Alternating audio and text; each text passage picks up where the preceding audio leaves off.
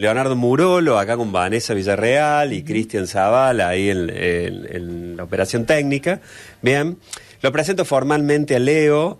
Leo va a venir a hablar a uno de los paneles, el panel principal del Quinto Congreso Latinoamericano de Comunicación, al panel de apertura, que se llama Narrativas Sociales y Jóvenes en el Contexto Sociotécnico. Tiene ahí un título, ya sabemos, ya explicamos algo del título, el anclaje académico que tiene ese título, bien. Y Leo viene porque Leo es doctor en comunicación social, es licenciado en comunicación social. El doctorado lo tuvo en la Universidad Nacional de La Plata, donde trabaja. Su licenciatura la terminó en la Universidad Nacional de Quilmes, donde también trabaja. Y además ahora es el director de la editorial de la universidad. Y también ha hecho su postdoctorado en la Universidad Nacional de Córdoba. ¿Bien? Entonces, o sea, Leo es el director de la editorial de la Universidad Nacional de Quilmes. Exactamente. La muy reconocida editorial donde publican aquellos libros que está difícil de conseguir y que salen muy podríamos decir, claro. y que podemos todos acceder a esos libros. Y va a venir a charlar, su charla tiene que ver en parte con lo que escribió en Tecnopolítica, Poder y Responsabilidad de la Influencia de los Medios, bien. Así que Leo, bueno, bienvenido a Dónde Estamos Cuando Estamos. Creo que ha escuchado alguna vez algo de este programa, así que bueno, tenemos alguna expectativa con él. Bueno, un gusto. Claro. ¿Cómo andan? Bueno, muchas gracias por la invitación. Por supuesto que he escuchado el programa y sé lo que hacen. Así que bueno, gracias por esta invitación y por la presentación. Bueno, contanos, Leo, un poquito cuál es tu expectativa con el Congreso. ¿Tá? Decir qué es lo que vos querés contar allí de lo que están investigando últimamente en el grupo. Bien, sabes que nosotros en la Universidad Nacional de Quilmes, como mencionabas, investigamos este conjunto de temáticas hace ya más de 15 años, de 2009, que llevamos adelante proyectos de investigación que cruzan juventudes, tecnologías, la cultura en general, los usos de las tecnologías, las identidades, etcétera, y los consumos culturales, las palabras clave que estuvimos diciendo que a veces se pueden poner más difíciles en términos académicos, pero en definitiva es qué hacemos con la cultura masiva que nos rodea, ¿no? ¿Qué hacemos, qué lugar ocupa en nuestras vidas, en nuestras identidades? Y los jóvenes, las juventudes, en plural, porque son diversas y diferentes, se apropian de los consumos culturales de su época, primero, antes, de formas más creativas, que quizás la cultura adulta que tiene destinado para sí otro conjunto de consumos, o los mismos, pero los usa un poco después. Tal cual. Un ejemplo es la aparición tecnológica, ¿no? Las tecnologías de cada una de las épocas primero se la apropian los jóvenes porque no les tienen miedo, porque saben que no tienen botón de autodestrucción. Y ahí, en el medio de la experimentación, crean cultura, crean práctica social, en definitiva. Entonces ahí hay algo importante para ir a ver. En la contemporaneidad se dan las propias, porque cada momento tiene las suyas. Sus tecnologías, sus juventudes, sus prácticas. Por lo tanto, vamos a hablar un poco del problema contemporáneo. ¿Qué está pasando ahora? Siempre es interesante en un congreso, en un lugar donde trabajamos la hiperactualidad de los problemas sociales, en este caso, e ir a debatir lo que nos está pasando. Perfecto. Y en ese marco, nos interesaba saber puntualmente sobre el nombre, digamos, Narrativas Sociales, Jóvenes en el Contexto Sociotécnico. Tu participación concreta vendría a estar vinculada con la relación que hay entre el uso de las plataformas, o sea, las redes sociales, bien, para decirlo más concretamente, y los discursos políticos, los discursos en ese sentido. Sabes que el libro que mencionaban, Tecnopolítica, Tecnopoplítica, le pusimos ahí un juego de palabras, que salió hace pocos meses, es un conjunto de problemáticas que no vamos a abocarnos a todas porque tenemos un rato para debatir. Ahí está, ese libro.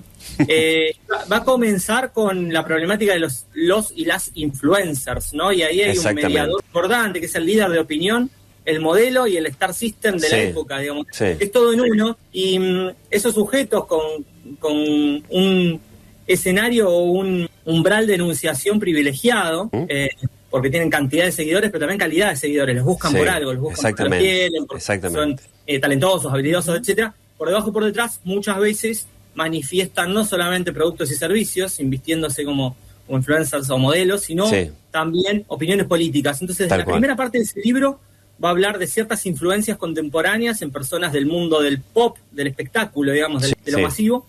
Y la segunda mitad del libro, y en eso me voy a detener este miércoles cuando nos toque debatir en el panel, es un trabajo más etnográfico, no solamente ir a ver redes o plataformas, sino ir a hablar con jóvenes. Perfecto. Los capítulos 4, 5 y 6 tratan de 3 prácticas juveniles con tecnologías y con cierta dimensión político-ideológica en la actualidad, que solamente se las enuncio y si quieren nos metemos ahí. Una es los criptobros, experimentar con criptomonedas. Sí, claro. Pensar el futuro exitoso en la acumulación y la competencia, en el individualismo, etcétera. El segundo son las apuestas digitales, deportivas, que son un mal de época, por hacia dónde van, digamos, que van hacia la ludopatía, nada menos. Sí, tal cual. Y el tercero es la venta de contenidos. La venta de contenidos en redes, en plataformas, en OnlyFans y todos esos espacios. Habíamos encontrado para englobar estas 3 prácticas la dimensión ideológica de la búsqueda de producir contenidos para maximizar ganancias, y etcétera. En ese escenario tenemos un conjunto de problemas juveniles, tecnológicos, políticos. Ahí estoy en la foto con Ignacio, con un colega con el que escribimos el libro. El primer libro. Sí. El primer libro. O sea, ojo. Cultura pop. Ahí, en ese libro tiramos ahí algunas problemáticas que después se profundizan. Perfecto. Y escúchame, León. No, por favor, Mauri, no quiero cortarte. Con respecto a eso, a mí me parece que el tema, por ejemplo, de las apuestas es un tema que seguramente, sobre todo las apuestas deportivas, justamente estuve, el miércoles estuve en el Monumental. No quiero ponerme como protagonista, pero claramente en el mundo de las apuestas uno ve las publicidades muy presentes en el mundo del fútbol. Sí, y claramente los deportistas, sobre todo los deportistas de élite, tenemos los principales referentes son jugadores, encima que han quedado ayer en la lista. Entonces, es muy fuerte, ¿no? Es decir, es muy fuerte el tema de las apuestas, ¿no? Ahí hay mucho que decir porque cuando planteábamos en la primera parte del libro la lógica influencer, donde hay, por supuesto, deportistas, ex deportistas, personas que hacen cocina, humor o hablan de cine, y también van a presentar posicionamiento ante algunas problemáticas actuales. Ya hay un posicionamiento político. Ante problemáticas actuales no hace falta decir a quién votan, o llamar a votar, o a seguir a un partido político o a un dirigente. Perfecto. Y eso es lo que sucede también cuando personas o sujetos sumamente exitosos en el ámbito del deporte, es decir, campeones del mundo en lo que hagan, también en su dimensión como modelos publicitarios o de productos, de servicios, en lugar de vendernos, gaseosas o shampoos para el pelo, nos venden también este conjunto de prácticas que van de la mano con un modelo de juventud que tienen las nuevas derechas, que tienen los neofascismos, que tiene que ver con estos jóvenes individualistas que buscan maximizar ganancias, conseguir dinero para llenar sus billeteras electrónicas, competir y acumular. Y las apuestas digitales o deportivas le hablan a unos jóvenes que tienen esta autonomía del dinero que en mi generación cuando tenía 15 años no la tenía, dinero, y cuando le pedíamos a nuestros padres para comprar algo para comer, para pagar un auto, para ir a algún lado, un ramillo. Sí, tal cual. Sí. Y ahora hay cierta autonomía con las billeteras electrónicas, con el uso de varias décadas de los videojuegos, hay una alfabetización para usar la especulación financiera. Se le habla desde estos umbrales de poder, enunciativos de poder, hacia esos jóvenes, y cuando terminan los spots, ustedes lo habrán visto, después dicen, pero si sos menor no juegues. ¿Y a quién le están hablando entonces? Claro. Si sus fanáticos, ellos son ídolos de chicos que quieren ser como ellos. Están hablando de ellos y después le dicen que no lo hagan porque obviamente es ilegal, no es para menores, pero ahí hay una construcción lenta y subliminal de un modelo de juventud. Nada tal cual.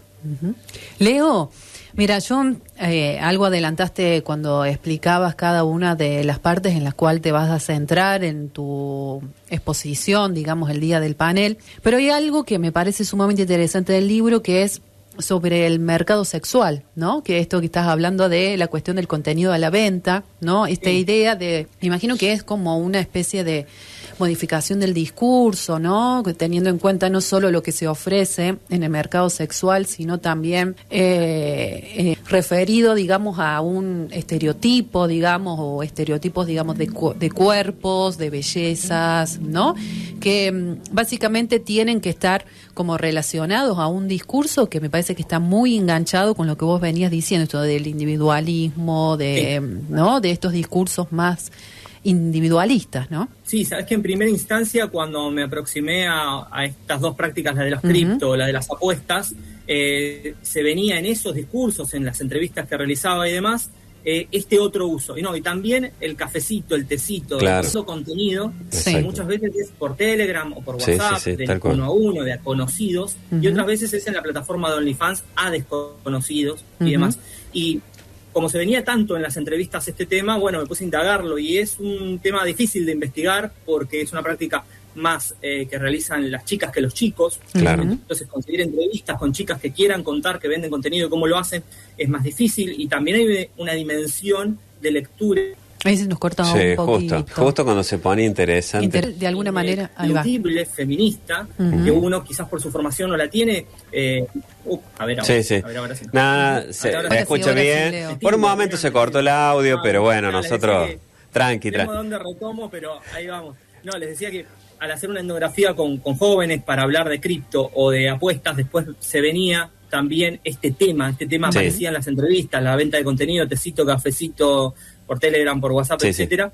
Y luego aparece la lógica del OnlyFans, y encontrar chicas que quieran contar que hacen esta práctica, que venden contenidos por ahí, fue más difícil, pero por supuesto accedimos a esos testimonios, y en esa dimensión también hay una mirada ineludiblemente feminista que hacer a la lectura. Entonces, también es ir a buscar otra biblioteca, uno no tiene pero hablar con las compañeras que pueden ayudarnos a tener una mirada sobre si esto es o no es trabajo sexual, etcétera. Total, claro.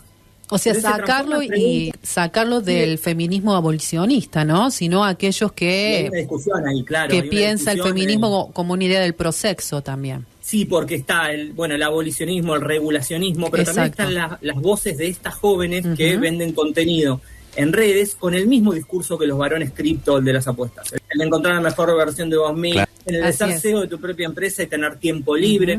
No está la idea de trabajo, está la idea de emprendedurismo. Uno no tiene nada en contra de esa palabra, ¿no? Uno quisiera rescatarla de las garras de estos fascismos y traer el ser emprendedor parece ser algo proactivo, interesante, etcétera, pero está llevado a este escenario que se contrapone contra el trabajo, ¿no? Dice, bueno, no, trabajar no es lo que queremos, es ser emprendedores, etcétera. Entonces, ese discurso está en las tres prácticas. Sí, claramente. Exactamente.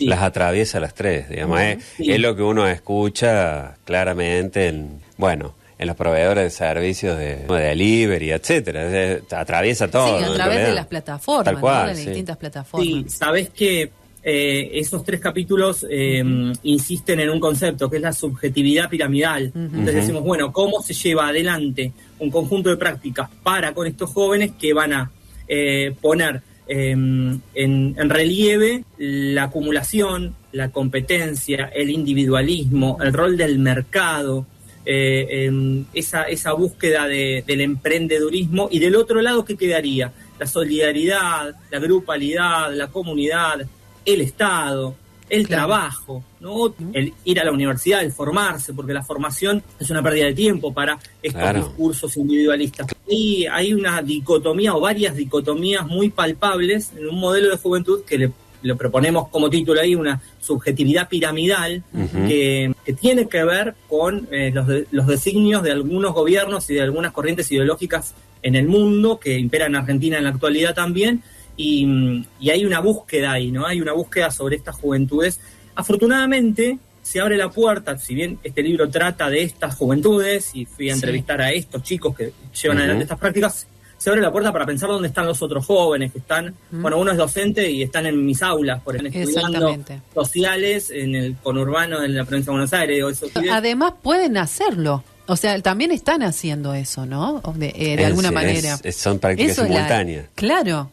Eso me parece que interesante. Son los otros, ¿no? Yo digo, justamente los que quieren estudiar sociales son otros, digo que se dedican a, no sé, a la música, al deporte, a las militancias, a los centros de estudiantes. También están esos otros jóvenes, ¿no? Porque que estas nuevas derechas llegan al poder porque pudieron interpelar y seducir de alguna manera a esos jóvenes desencantados. Sí es cierto, hay un porcentaje que va a acompañar a estos gobiernos, que la rebeldía se volvió de derecha, se preguntaba un autor, ¿no? En un libro de reciente aparición de hace un par de años, dice, la rebeldía se volvió de derecha. Bueno, es ir a interpelar a los jóvenes y llevarlos hacia prácticas más conservadoras, si es cierto, anti-woke, ¿no? ¿Vieron en esto de la batalla cultural? Sí, exactamente. También tenemos otros otros jóvenes que están realizando otras prácticas de resistencia, que ya les digo, que están en los deportes, en las artes, en las militancias y en el defender la universidad pública también. Tal cual. Exactamente. Bueno, Leo, yo te quisiera hacer una última pregunta, pero ¿me dejás, Mauri? Sí, por supuesto, por supuesto. Bueno, en el marco, digamos, del Congreso,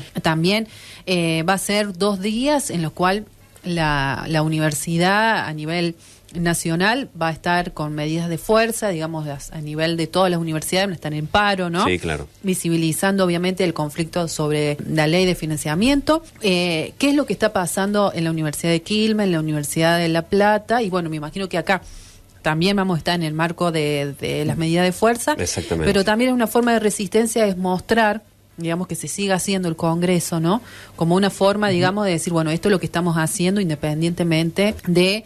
de las cuestiones externas, claro, ¿no? Que se sigue haciendo cosas también, ¿no?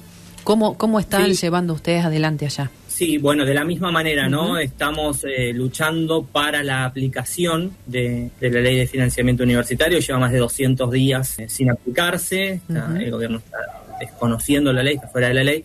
Y nosotros estamos, en medidas de fuerza. Esta semana estamos con paro del gremio docente, hoy con el paro del gremio docente. No docente. También, por lo tanto, estamos en esa semana que viene también hay días de paro en las universidades nacionales. Estamos en la misma lógica y afortunadamente, si tenemos que buscar algo positivo en esto, es que todas las universidades estamos en las mismas prácticas, en los mismos en la misma lucha, y a la vez quizás la sociedad, parte de la sociedad reduce a la tarea de la universidad en las clases, en lo académico, pero hacemos muchas más cosas, ¿no? Que a veces no se paran con estas medidas de fuerza, ¿no? Hacemos investigación, hacemos extensión, transferencia, hacemos muchísimas cosas y sí, se nos va cortando ahí y eso sigue, por eso llevamos adelante un congreso académico, ¿no? Para exactamente accionando estos temas. Bueno, Leo, te agradecemos un montón este momento que nos brindaste para poder explicar tu trabajo de hace muchos años, y la verdad que también aprovechamos el espacio para invitar a todos y todos que vayan a escucharte en el panel de inicio, ¿no? De lo que va a ser el Congreso acá en Villa María el 3 de junio. Tal cual. Sí. Nada, prepárate, te estamos esperando. Bueno, muchas gracias, Leo. Muchas gracias por todo. Gracias a ustedes. Hasta pronto. Hasta pronto. Gracias.